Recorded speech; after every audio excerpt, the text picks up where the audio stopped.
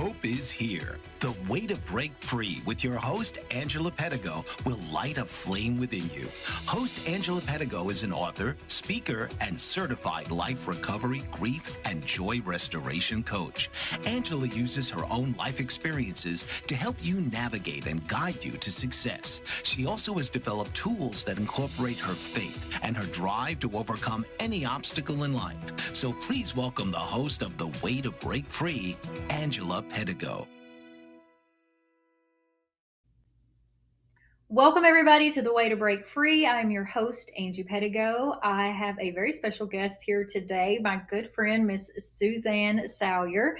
She has an amazing story of her life's journey, and we're just going to go on this trip with her today. Suzanne, thank you for coming on the show today. Thanks for having me. Suzanne has an amazing job, but we're going to hear more about that probably a little later with the Stevens Center. So we'll touch on that at some point too, because I really love what you guys do. Suzanne, tell us a little bit about you. Well, I was raised in South Florida. When I was a teenager, I had a baby out of wedlock, and after that everything settled down after that, my dad wanted us to go out to Montana. So Mom and Dad and I went to Montana and left my siblings in South Florida.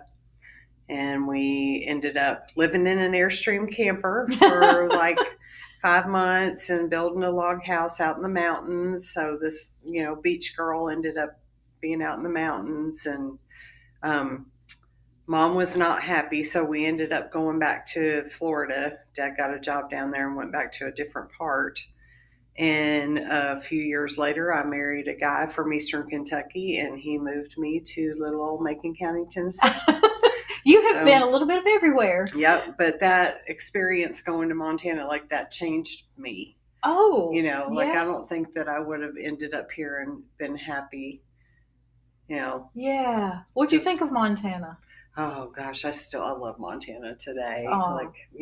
It's beautiful there. The winters are harsh, but it's a beautiful place. But yeah, I'm glad that I was able to raise my kids in a small town. Yeah. There was struggles, but we've been here for right about 40 years. Wow. So I'm a transplanted Macon County girl. Definitely. Well, that's really cool. That's really cool. Well, tell us. Let's just go on this journey of your life. Let's dive in. So, tell us, what was life like growing up? Yeah. Like I said, South Florida, running around barefoot a lot of the time. Pretty much the only time we put shoes on is if we were going to school or church.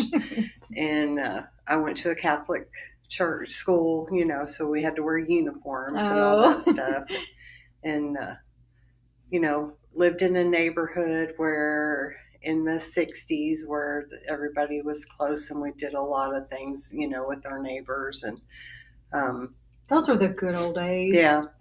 We did a lot of camping with my parents' friends and their kids, and, had a boat because we lived in South Florida. And we didn't have a pool in the yard, but we had like a community center in our neighborhood that we belonged to. So that was like birthday parties and all that, kind of stuff. So then, I got in trouble as a teenager and had a baby. Aww. And gave him up for adoption. And how old were you? I was 14. Wow. Mm-hmm. Yeah. That would have been hard to be a mom at 14. Yeah. And in the, that era of time, my parents were embarrassed, and,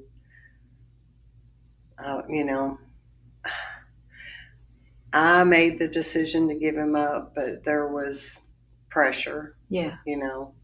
And now that some of the things that I know, like there was some coercion, but ultimately I made the decision. Mm-hmm. Which is a hard decision for a 14-year-old to have to make. How do you do that? Yeah. And then you get to be 20, and it was only 6 years ago.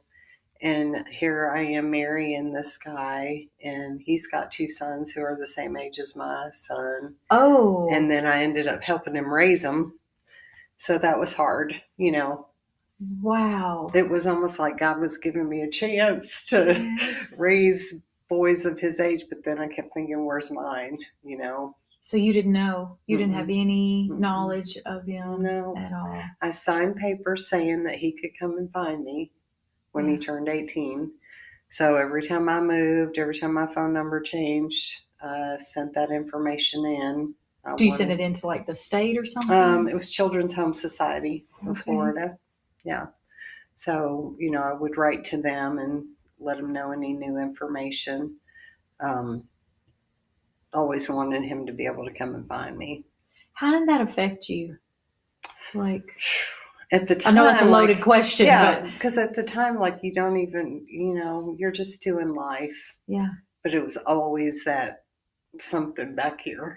something's missing. Yeah, it makes me emotional because, Yeah. now I know it did. It really affected me through life. I just tried to stuff it down. Stuff it down. My husband knew about him, from the time we met. He knew that there might be a day, So raising his boys, like I said, it was hard to watch them grow up and wonder where he was, but it filled that hole kind of in a way. So, but yeah, when he was turning 21, I reached out to the Children's Home Society because he had turned 18. I didn't hear anything. And then, okay, I'm thinking 21, that's like the true legal age. So I reached out to them and asked them, what are my rights now that he's an adult? And they said, you can find him. If you want to look for him, you can find him. We suggest that you use us. That way, you got the right person. That's and good. What if they don't want to have any contact? Then you have us kind of as a buffer. Well, life was going on and it was a lot of money. They wanted so much money an hour or whatever to do the work. So I just kind of let it go. And I had read a book that said that most boys don't start looking for their birth families until they're around 30. Oh, wow. Yeah, that women. That's interesting. That young women usually want to know earlier. But with guys, it's more like once they have their family and then they start thinking about, their genes and that kind of stuff. And so, yeah, he was fixing to be 29. And my mom and my sister were in town and we were talking about him. I knew it was a boy. That's all I knew, And my sister said, what do you think? And I said, well, we can call him and see, if it's still the same kind of situation. So it was, and they sent me paperwork. I had to fill out legal paperwork to prove that I was who I said I was, and then send that back to them. And in the meantime, me and my family all wrote letters and gathered pictures and stuffed a big envelope and sent that to the lady. And then she reached out to him, and I was working for Pacesetters, and I was at a dentist office in Nashville with a guy, and thank God he was in the back with the dentist. I'm sitting out in the waiting room, and my phone rings, and it's, Miss So-and-so from Children's Home Society in Florida, and we wanted to let you know that we just got off the phone with your son. Oh. And he does want to know you. Oh. And what did that do to your heart? Oh my gosh, I started bawling. And she said, he wanted me to tell you he got his girlfriend pregnant. Oh. So you have a grandchild, for one thing. She couldn't give me any personal information, but, I knew that was his way of saying, it's okay. Oh. What did that do for you? It released so much. So that, that day was very happy for me. She said, we have to do the same thing that we do with you. You got to send him the legal paperwork. He's got to fill it out and send it back to us. And then we'll release your information, to him, and then it's up to him to contact you. So I said, okay. Well, 3 months went by.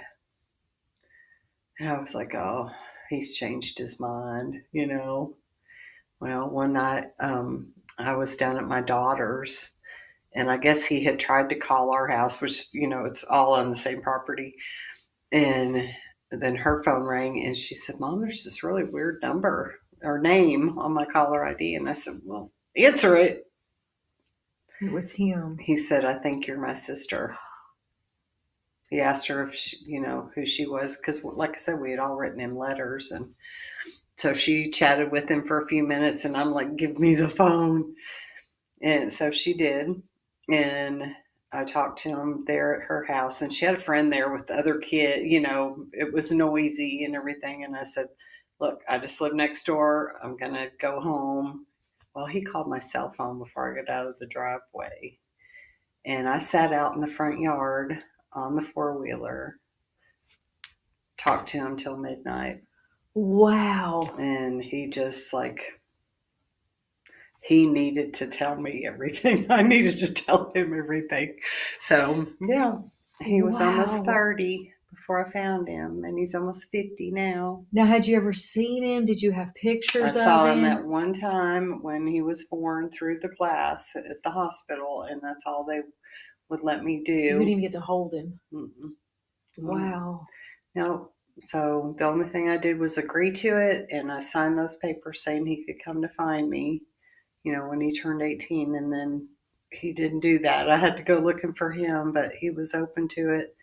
And he went to his adopted parents and talked to them to make sure. And I said, well, that tells me you're a good person. Yeah, you know, because he cared. He cared about what his folks thought. So, yeah, I've had him in my life for a long time now.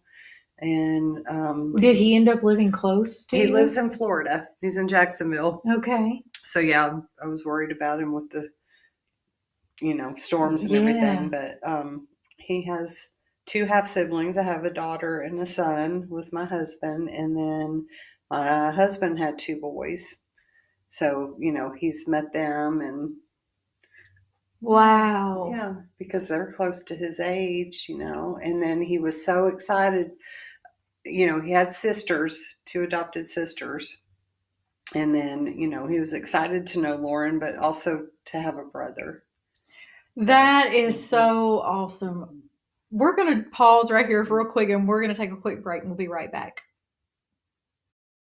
What if there were a super tiny device that could diagnose the brain and is smaller than a single human hair? What if you could see inside the brain to help an epilepsy patient during surgery or to help the fight against Parkinson's disease?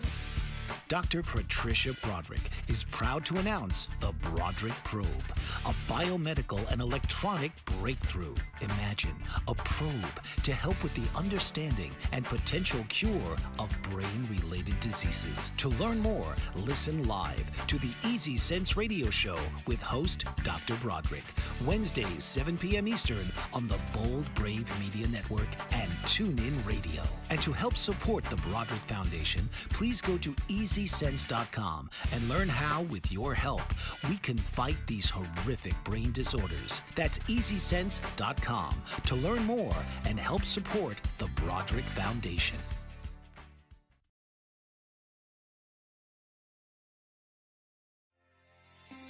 Author, radio show host, and coach John M. Hawkins reveals strategies to help gain perspective, build confidence, find clarity, achieve goals. John M. Hawkins' new book, Coached to Greatness, Unlock Your Full Potential with Limitless Growth, published by iUniverse. Hawkins reveals strategies to help readers accomplish more. He believes the book can coach them to greatness. Hawkins says that the best athletes get to the top of their sport with the help of coaches, mentors, and others. He shares guidance that helps readers reflect on what motivates them, rediscover and assess their core values, philosophies, and competencies, find settings that allow them to be the most productive, and track their progress towards accomplishing goals. Listen to John Hawkins' My Strategy, Saturdays, 1 p.m. Eastern on the BBM Global Network and TuneIn Radio. We're back from the break. Suzanne, we got to pick up where we left off. This is just, I feel like I'm watching a movie. I'm on the edge of my seat and I just can't wait to hear what's next. So, you guys have talked, you're in the driveway, you get off the phone call. What was going through your mind? Like, what was the next steps in the days and weeks ahead? Like, was it awkward? Was it like nothing ever happened? Take us through that. Well, he did tell me that night, that he had taken the letters and the pictures and went and spoke to his adopted parents. He wanted to make sure that they were okay with it. So, before he ever called us. So that told me he had a good heart. Yes. So yeah, we talked and we decided that we wanted to meet in person. My best friend and her husband live in the Windermere, Orlando area. So I flew down and, went and stayed with them, and we agreed on a day, and he showed up at 7:30 in the morning. So he was, he wanted to meet me too. So that is beautiful. Mm-hmm. What was that first moment like? I opened the door, and I remember when they showed him to me through the glass, he had ointment in his eyes. You know how they do babies. Mm-hmm. And I had said something to one of the nurses, like, are his eyes okay? And she said, oh yeah, he had a little infection, but they put some medicine in it. So the first thing that came out of my mouth was your eyes. Oh. And he said, what about my eyes? And I said, I've worried about your eyes for almost 30 years. I wondered if you were okay. And he said, I'm fine. I don't even wear glasses, But yeah, we spent that morning sitting out on my friend's back porch. Like they just, they came out and met him, and then they just kind of gave us time and went through some more. I had fixed another like little photo album to give him, and brought some gifts and stuff for him and his son. And yeah, because then I knew he had a son. And then we all went out to breakfast, and we're sitting there at the IHOP, and my friends are sitting across, and he's sitting next to me. And I had lost my dad years before, and he orders a omelet, a spinach and mushroom omelet, which was my dad all the way. And he favors him too. Yeah. And I just looked at him, and he goes, what? I said, I just can't believe you just ordered a spinach and mushroom omelet. And he's like, I like it. I'm like, yeah, so did your grandfather. So there's been like things like moments like that I've been able to tell him about, how much he's like him. And I can only imagine what that's done for him too. Yeah. To feel that connection to your roots, Yeah. like to your roots. Yeah. And the first time that he got to meet my mom, to have Granny in his life. And it was about the time that he was losing his adopted grandmother. Oh. So, wow. Yeah.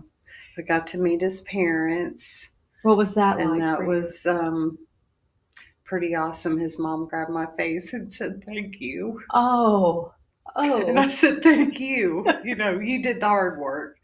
But yeah, they're great people, and they did a really good job with him. They've raised him right.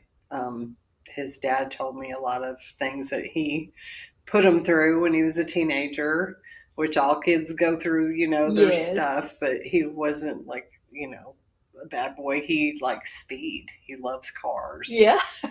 So he would go fast. The driving years. And, yeah. Out racing and stuff like that. So then did you eventually, I assume you eventually got to meet your grandson. Uh-huh. What was that like? Oh, he brought him to see me, and they stayed, with us at our place. And he wanted that love too. Oh. And at the time, his mom and dad had divorced, so my grandson was living in Texas with his mom, and now they live in Tennessee.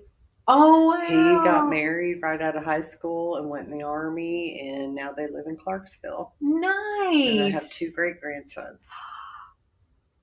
Look at what God can do. Yeah. I cannot imagine. But the day after I met him the first time, my friends, I said, I can go now and be okay. It was like, I don't care if I die tomorrow. Yeah. And, I have other children that need me too, but they were grown too, or almost grown. Jake was in high school, my youngest. So, Do you feel like in that moment that your family circle was complete finally? Like, absolutely. yeah, Mhm. I can't imagine. So that was just, a lot of things that I carried deep down inside for a lot of years. And, How'd that affect you through those years? I mean, in the undoubtedly. moment, like I didn't really think about it. I just, like, now I know it was just this pain inside. Yeah. I don't think moms ever get rid of that pain when Yeah. they lose a child. Yeah. Like, or have to give a child up. Right. No matter what the circumstances are, but being away from that child. Like there's Oh yeah, there's like a how do hole you in your cope with heart. that? Yeah.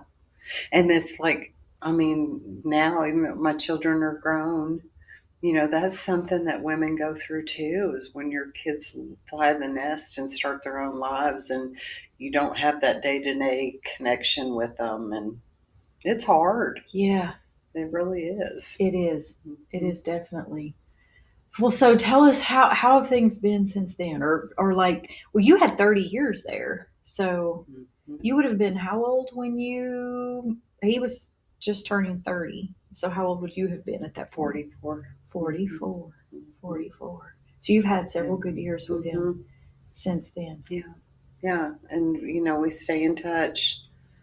I know what's going on with him most, week to week. And he just remarried this year. Aww. It's his third marriage. And that's something I think he struggles with is, relationships. But he found a woman again that he had dated after his first wife. Mm-hmm. So, they had like 20 years that they knew of each other. And he tells me all the time I should have married her first. Aww. So, I feel like it's a good thing. Yeah. Yeah. So is he close with all your other children?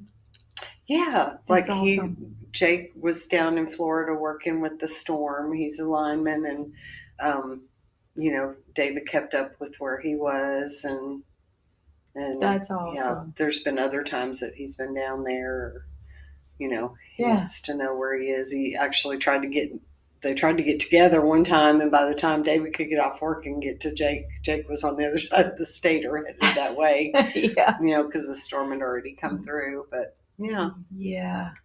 Wow. Well, so what is what's life been like for you through those hard years, like up until 44? Like I know you were holding that and you were carrying it. Well, I got married at 20. Mm-hmm. It was a few years before Lauren was born. We moved to Tennessee in the meantime. I was so happy when I found out I was pregnant with her. That kind of filled that hole too, Yes. Yeah. But I wasn't around my people. Yeah. It was his family and I didn't know him that well. And I didn't, moved a little Macon County. I didn't know that many people. I wanted to get out and find a job, but I was sick pregnant with her, it was one of those really sick pregnant. So, that was hard. Like I wanted to go back to Florida. I just wanted to be around my people. Yeah. I was so happy I was having a baby, but I didn't feel like I had a lot to share it with. I didn't have my girlfriends. I didn't have my sister, my mother, Yeah. But she was born and we ended up taking a trip down there. And while we were there, we were riding around and I said, you know what? I don't think I want to raise my kids here. Yeah. So we came back, we came home and it made it easier for you to settle in. Mm-hmm. That's good. Yeah. So I stayed home with her for like the first year and then I went to work and just getting out and starting to meet people. But I was like working in the convenience stores and, waiting on tables and stuff. And I had a girlfriend that was working at the hospital. And she said, what do you think about going to work at the hospital? And back then, to be an aide, you didn't have to have any training. They trained you. Yeah. So I did, and they talked me into going to school. Nice. So I got my nursing license, and that, then I knew I could always have a job. Yeah, that's a good feeling. Mm-hmm. That is a good feeling. How old were you when you completed your schooling? Let's see, Lauren was starting kindergarten, so 30. Yeah. Yeah. That's awesome. Mm-hmm. It's never too late, is it? No. Never, ever, ever too late. I waited till she was starting kindergarten. Yeah. So she was in school, Made it easier for you to go. And then when I finished school, I wanted another baby. Aww.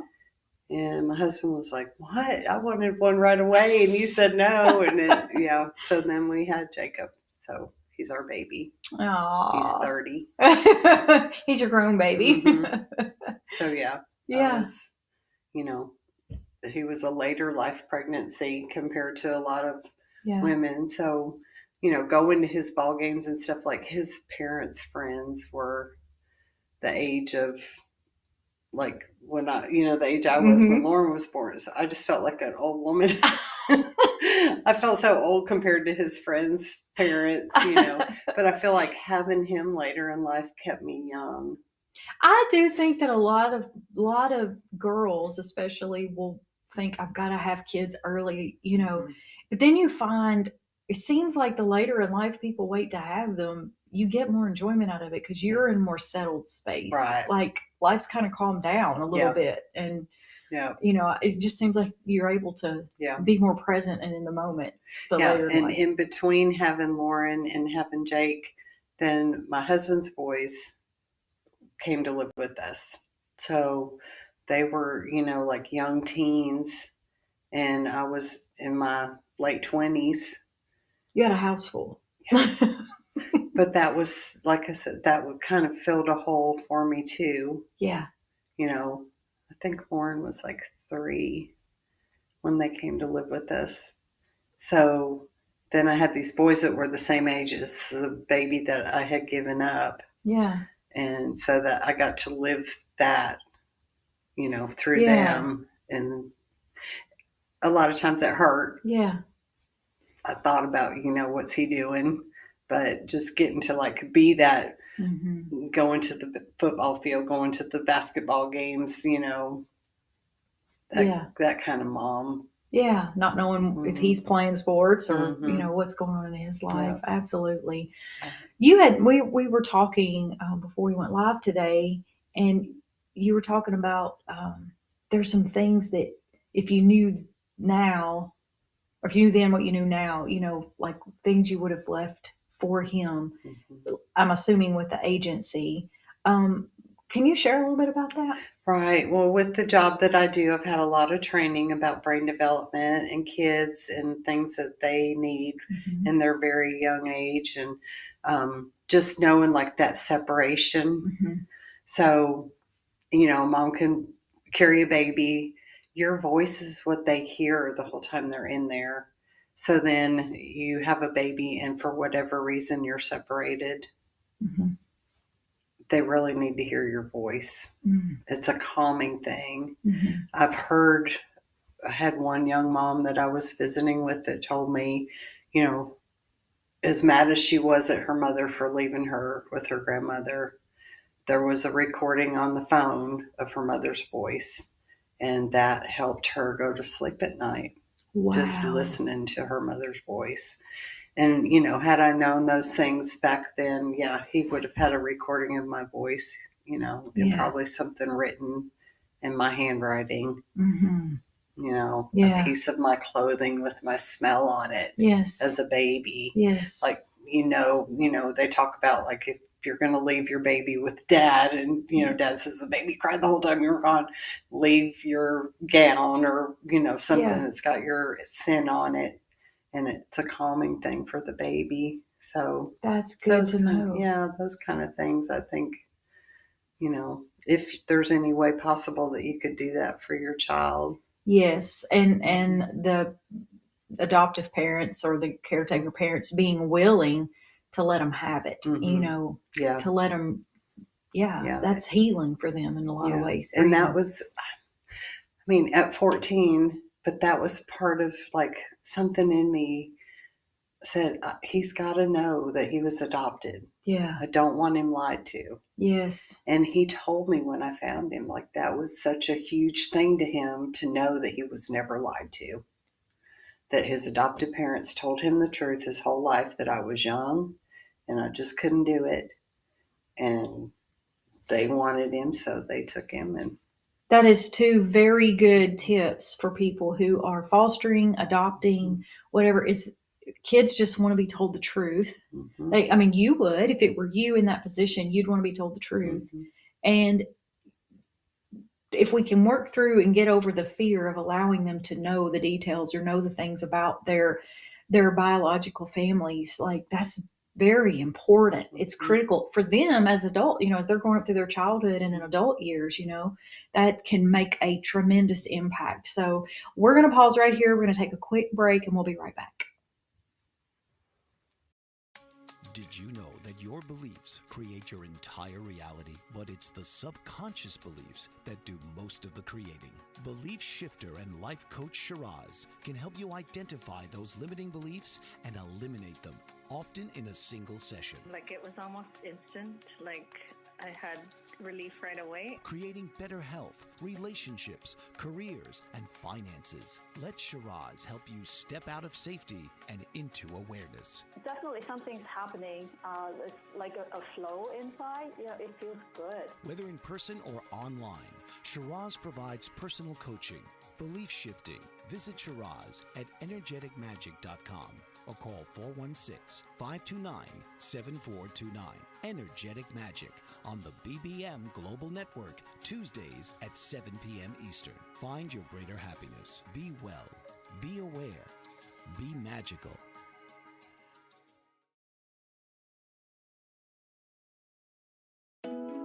Are you struggling to care for elderly parents or a spouse? Do you wonder if being a caregiver is making you sick? Are you worried about taking time off work to care for elderly parents and balance work, life, and caregiving? Has caregiving become exhausting and emotionally draining? Are you an aging adult who wants to remain independent, but you're not sure how? I'm Pamela D. Wilson. Join me for the Caring Generation radio show for caregivers and aging adults, Wednesday evenings, 6 Pacific, 7 Mountain, 8 Central, and 9 Eastern, where I answer these questions and share tips for managing stress, family relationships, health, well-being, and more. Podcasts and transcripts of the Caring Generation are on my website, PamelaDWilson.com, plus my caregiving library, online caregiver support programs, and programs for corporations interested in supporting working caregivers. Help, hope, and support for caregivers is here on the Caring Generation and PamelaDWilson.com.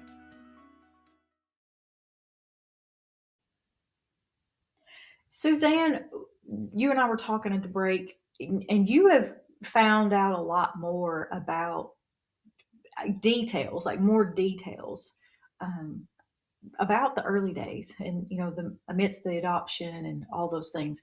Tell us a little bit about that. Well, it's like, I don't know if it's God or just what, but you get these little bits of information over the years and it starts kind of putting the whole puzzle together. And like I said, in the time that I had him, got pregnant out of wedlock, was scared. I didn't tell anybody until I was like 5.5 months pregnant. Oh, wow. Yeah. And I told the counselor at school. Oh, yeah. My mom was going through some medical stuff. I was afraid my dad would commit murder, or make me do something that I didn't want to do. Yeah. And I've always not wanted, abortion was just not a thing that I ever thought about. Like I made sure that it was past that point. Yeah. But yeah, just little tidbits of information. It was so long ago and, I was struggling with showing by then and being in regular high school and being teased and people asking questions. So living in South Florida, there was a place called the Oasis Center and it was a school for pregnant girls. Oh, wow. So I got to go there and learn about what was happening with my body and what I was going to go through as far as delivery and all that stuff. And then the adoption agency was able to come in and, talk to me there. And so it wasn't like that embarrassing situation of being in school. And Yeah. So yeah, that was, I have heard little things, through family and stuff, like that I wasn't included in going to the court, that my parents had actually met the adopted parents. I never knew it until just recently. And it Wow. stirred up this whole big thing in me. Like, why wasn't I included? Yeah. How could somebody, I guess because I was underage, my parents were able to sign my baby away because I said I was agreeable, and there was witnesses to that. And I was, but did I really know what kind of decision I was making? Yeah. Like I said, 6 short years later, I was married. Well, in the scheme of things, when you're 62, 6 years is Nothing. when you look at time. But, at that age, And you're just finding this out just recently. What do you think that would have done for you if you could have met the adoptive parents that day? You think it would have eased your mind any? I mean, or made it worse? Or I don't know. And that's the thing, is it all happened the way it was supposed to. Yeah. Because if I had went to court, maybe I would have changed my mind and said, no, I'm not doing this. And not anything towards them. They're wonderful people. Yes. But just having to go through that whole process. Yeah. Because, I just went off to school. He was born. I got to go back to my regular high school and start just living life the way it was before. And I think that's what my parents wanted for me, is just for me to be able to be a teenager and, go on with life. Yeah.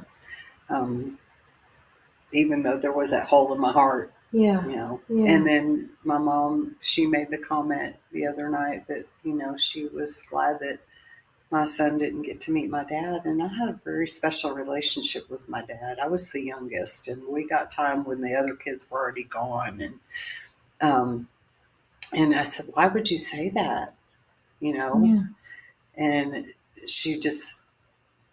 I said, do you feel like I was coerced in some way or pressured? And she said, yeah.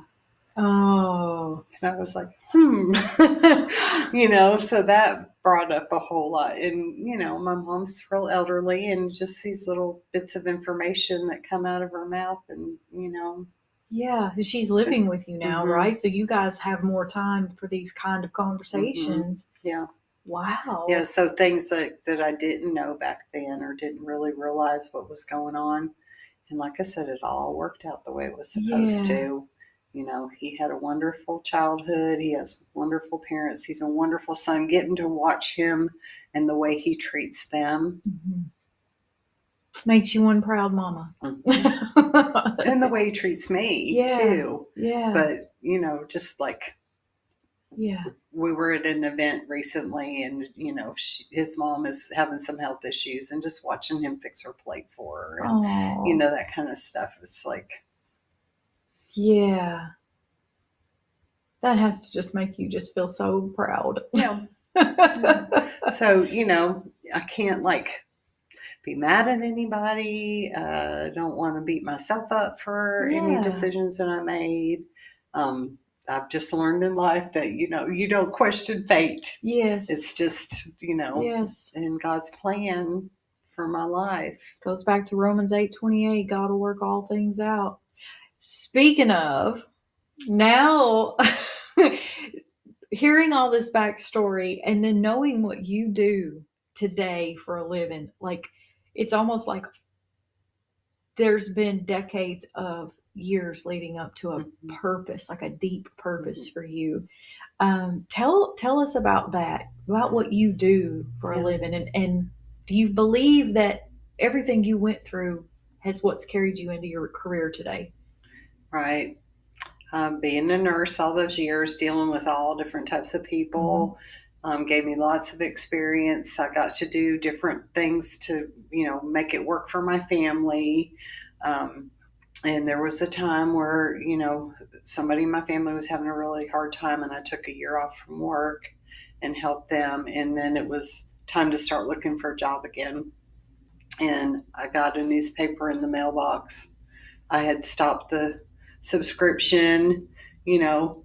Anyway, I got this newspaper and I opened it up, and lo and behold, there's this full page ad for the Stevens Center. I thought, what's a Stevens Center? I'd never heard of it. And they were looking for a home visitor for Macon County for first time and teen parents. Wow. That's the way it was at the beginning, Yes. Now it's any pregnant woman. They've opened it up, and we've doubled the counties that we're serving, it's just growing.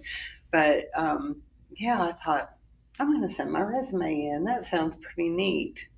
And so I did, and my husband was working out of town, and we talked that night, and I was reading him the ad, and then in real fine print in the bottom, it says you have to have a bachelor's degree, which I do not have, associates. And I was like, darn it, they're not even going to call me. And he's like, well, don't lose hope, The next day, the director called me. I said, well, I don't have a bachelor's degree. And she said, that's okay. We'll take life's experience too. Nice. Come on in and we'll talk to you. So come to find out, I got the job over somebody else that did have a bachelor's. Wow. Yeah. So that made me feel pretty good that, sometimes life's experience does kind of trump education. Yes. Life is the biggest teacher. Mm-hmm. And that was what I shared with them in my interview, is like, this is all the stuff that I've been through. I can help young people, I feel like, just with my story. And even, I did the home visiting for 8 years, and now there's somebody, I did Macon County. And like I said, we've grown to 10 counties. So last year, it's been right at a year. My supervisor came to me and asked me if I would help her. She needed me to step up and be a supervisor. And my first reaction was, no, I just want to stay in Macon County and keep seeing my families. And but she said she needed me, and I went home and prayed about it, and God said it's time. Oh. How did those 8 years of going and helping kids that were just like you, what'd that do for you? But they helped me just as much as I helped them. Like, it just, it helped heal things in me. Sometimes it would stir up stuff. It's a hard thing because, you're taking on other people's trauma. Yeah. You can't go talk about it to everybody because it's their personal stories. And I struggled. Yeah. I hit a hard spot in life. But with going to and talking to people like you, praying a lot. God is good. Going through the Broken Princess, because I did have a lot of things in my life that I needed to heal. Mm-hmm. And I needed to say it's okay to just be who I am. Yes. So that Broken Princess program is so powerful and so good at healing some of those. That's why it makes me so emotional, is because it does. I mean, it brings up all that stuff, but you have to work through it. Yeah. If you don't work through it and heal those broken spots in your life, you're never going to be able to be okay. If you knew years ago what you know now, would you have embraced the healing aspect of it much earlier? Oh, absolutely. Nobody ever said, Suzanne, it's okay to take care of yourself. Yeah. I wanted to fix everybody else, heal. I wanted to be the peacemaker. Mm-hmm. I didn't want any bad feelings between people. I ran from, if there was any kind of like bad stuff going on, mm-hmm. I just wanted to be away from it. And then I wanted to help and fix it and make it better. Mm-hmm. I didn't want people to hurt. Yeah. Yeah. You felt responsible for other people's happiness. Yeah, absolutely. Yeah. But in the meantime, I was stuffing down all this pain in me, mm-hmm. and it came back to eat my lunch. Mm-hmm. Mm-hmm. I got to a point in my life where I didn't care whether I lived. Mm-hmm. And that's scary. It is very scary. You don't realize like what your mental health can do. Mm-hmm. So till it's too late, mm-hmm. till it's already done it. Mm-hmm. Yeah. Yep. It's okay. It's okay to say, hey, I'm not okay. Mm-hmm. And it's okay to get help. That used to be such, go back decades ago, it was so taboo to Right. say, hey, I need some help, or I need some Yeah. counseling, therapy, coaching, whatever that looks like for an individual. And I think generations like, where we come from, is still somewhat taboo, but it is, I don't care how old an individual is, it is never too late to heal those things, because Absolutely. it's never too late to embrace peace in your life. Yeah. And like when I got to the point where I looked at people and said, it's okay. I'm doing this, and I don't care what you think. Oh, yeah. I have to do this for me, or I'm not going to be here. How am I going to take care of anybody else, do anything else, if I don't take care of me? Yes. And it all kind of, like I said, it was all part of the plan, because my mom was getting to the point where she was going to need help. Mm-hmm. The job change allowed me to carry my computer and go to Montana and spend that month with her and figure out what she was going to do and pack her up and bring her back with me. Had I had the position that I had before, I'd have, had to take leave or quit my job, or, and it would have put a strain on the center. And where this way I was able to continue doing my job, continue getting my paycheck, Yes. which was important too, and help the young women that are in the position that I was in. Yes. And help them through the struggles of being that and a parent, caregiver too, because my kids were grown when I started that job. Yeah. These women are raising their own families and then trying to help these other young families. Yes. Which in a way that's good, because, you understand, you can have empathy. But golly, like the one lady that I met with this morning that I supervised, she has 4 girls. Oh, wow. The oldest one's just now getting her permit. So, and I think the youngest is 6. Whew. And then she's out trying to help these other families too. Wow. Yeah. So tell us a little bit about the Stevens Center. So what all do you do? We're a nonprofit agency that's, we hate to say it because it just puts a stigma, but we're to prevent child abuse. Mm-hmm. So people think, oh, you're DCS, you're what, we are, we do get funds from state government, whatever, but we're also a nonprofit. So we get donations and we do fundraisers and that kind of stuff. But it's home visits. It's with new parents. Like I said, any pregnant woman. So say you've had 3 or 4 kids, and then, you're struggling with this one. Or you're not. You just wanted somebody outside of your circle to talk to. There's certain qualifying factors, but most of the time there's something. It can be a tobacco user in the home. It can be somebody in the armed forces. That puts an extra stress on the family. Low income. You may be parenting another child that has developmental disabilities. Okay. So that can qualify. So there's a whole list. So usually one of them fits. Yeah. But yeah, we go in, we do depression screenings on the moms. We do developmental screenings on the kids. We share evidence-based information. So it's not just us going in and talking off the top of our heads. Right. And we link them with community resources. Good.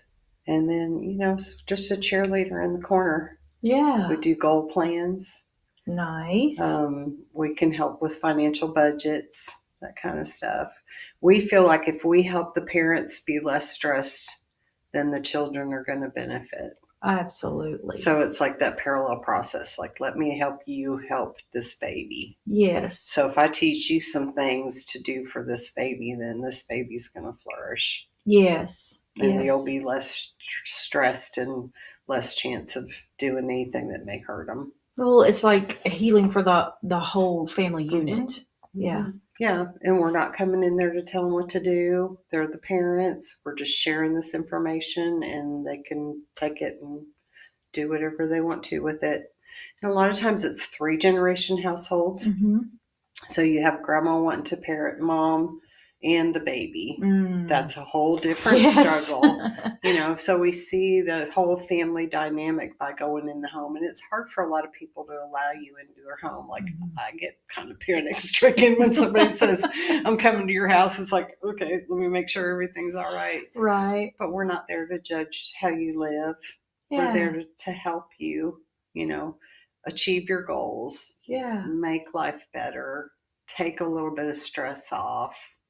Does it cost them anything to sign up? No, it's free. That is Everything's free. amazing. Mm-hmm. So it's all, like I said, it's funded by other sources. You just got to be willing to let somebody come in and then you get to tell your story. Yeah. And I found in my life, like, how enlightening that is. It's just, it takes so much of, it's empowering. That's the word I'm looking for. Gives the pain purpose. Absolutely. Mm-hmm. How long do these families get to stay in the program? So we have to start with the mom while they're pregnant or up until the 3rd month birthday of the baby. Okay. That's the stipulations on getting them going. Then till that child starts school. Nice. So 3 to 5 years. Nice. We start out like going in the home. If they're real early pregnancy, we'll go like twice a month. Mm-hmm. And then as they get closer to the baby coming, we'll bump it up to every week. But it's just an hour visit. Mm-hmm. So it's not like you got to have half a day or whatever. Yeah. And then after the baby's born, then it goes back the other way. So as you're doing all the things for the baby, then we'll start talking about, well, maybe quite as much, we'll come twice a month and then maybe once a month and until, sometimes it's quarterly. We just see them like once every 3 months, check in on them. But they earn points for different things, breastfeeding, taking their babies for well checks, dentist appointments, their prenatal things, and then their goals, meeting the steps on their goals, mental health. Yeah. Going to their AA or NA meetings if that's important to them, if that's needed in their life, those kind of things. They earn points and then they get to spend them. We keep a stock at the center of items, and every 3 months, so we count up all these points quarterly, and then every 3 months they can get stuff for their baby, tools for dad. I mean, it's all kinds of stuff. Cleaning products for the house, high chairs, strollers, That also makes the financial part of it a little bit easier too. Yeah. Wow. Toilet paper, paper towels, laundry soap, they have a variety of stuff. Yeah. So that is amazing. Plus we get donations. Yeah. Because people know what we do. So we can take them a pack of diapers. We can take them some formulas, some baby clothes for their set. A lot of times mom's like, I've got a ton of baby clothes. People have given me all this stuff, but I need something to wear, because you go through those size changes through pregnancy. Or you start a job and all of a sudden they say you need black pants or you need khakis or so we try to, keep a stock of stuff for all of the family. Dad might need some work clothes or it's almost like the old saying, you need a village to raise a child. This has been so good, Suzanne. I am so grateful you came on here today, and just the vulnerability of sharing your testimony, like that has been huge. We didn't scratch the surface, so you're going to have to come back on. But we are unfortunately out of time today. Thank you for coming on. Oh, and thanks for having me. Anybody that's local or in the surrounding counties too, check out the Stevens Center because that might be a resource for you. So I want to thank you guys for watching today. Thanks to Bold Brave TV for hosting the show, and we will see you guys next week. This has been The Way to Break Free with your host, Angela Pedigo. The one thing Angela attributes her personal victories to is her relationship with God and her deep faith. Tune in each week and hear stories and testimonies of people in personal and professional trenches and how they overcome them with their own faith in God. The Way to Break Free has something for everyone, everywhere. Right here, Wednesdays, noon Eastern on the Bold Brave TV network.